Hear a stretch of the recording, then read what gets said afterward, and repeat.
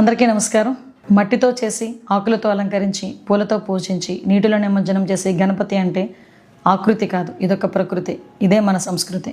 ఈ వినాయక చవితి పర్వదినం శుభ సందర్భంగా రాష్ట్రంలో ఉన్న ప్రజలందరికీ, అదేవిధంగా పాయకరావుపేట నియోజకవర్గ ప్రజలకి, ముఖ్యంగా పోలీస్ కుటుంబ సభ్యులందరికీ కూడా వినాయక చవితి శుభాకాంక్షలు తెలియజేసుకుంటూ మీ అందరికీ కూడా ఆయురారోగ్యాలు ఇవ్వాలని, అదేవిధంగా మనం అనుకున్న మంచి పనులన్నీ కూడా ఎటువంటి ఆటంకం లేకుండా ముందుకు కొనసాగాలని, మనందరికీ మంచే జరగాలని ఆ మనస్ఫూర్తిగా దేవదేవుని కోరుకుంటూ, ముఖ్యంగా ఈ వినాయక చవితి సంబరాలు ఎన్డీఏ కూటమి ఆధ్వర్యంలో ఆంధ్రప్రదేశ్ రాష్ట్రంలో సంబరాలు అంబరాన్ని తాకనున్నాయి.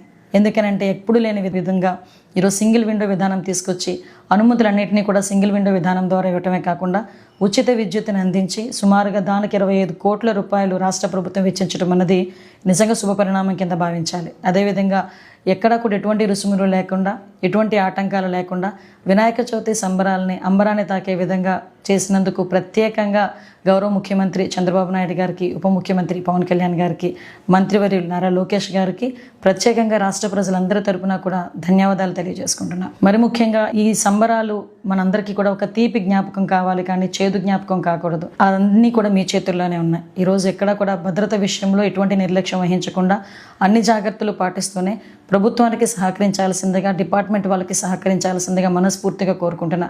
మరి ముఖ్యంగా కమిటీ వాళ్ళు ఎక్కడ కూడా ఎటువంటి అగ్ని ప్రమాదాలు జరగకుండా, ఎటువంటి షార్ట్ సర్క్యూట్స్ జరగకుండా ప్రత్యేకంగా చర్యలు తీసుకోవాలని వాళ్ళందరినీ కూడా విన్నవించుకుంటూ, ఈ వినాయక చవితి మనందరిలోని కూడా ఒక తీపి జ్ఞాపకాన్ని, మంచి దీవెనలను అందించాలని మనస్ఫూర్తిగా కోరుకుంటూ, ప్రతి ఒక్కరికి మరొకసారి వినాయక చవితి శుభ సందర్భంలో అందరికీ కూడా శుభాకాంక్షలు తెలియజేసుకుంటూ సెలవు తీసుకుంటున్నా. జై హింద్.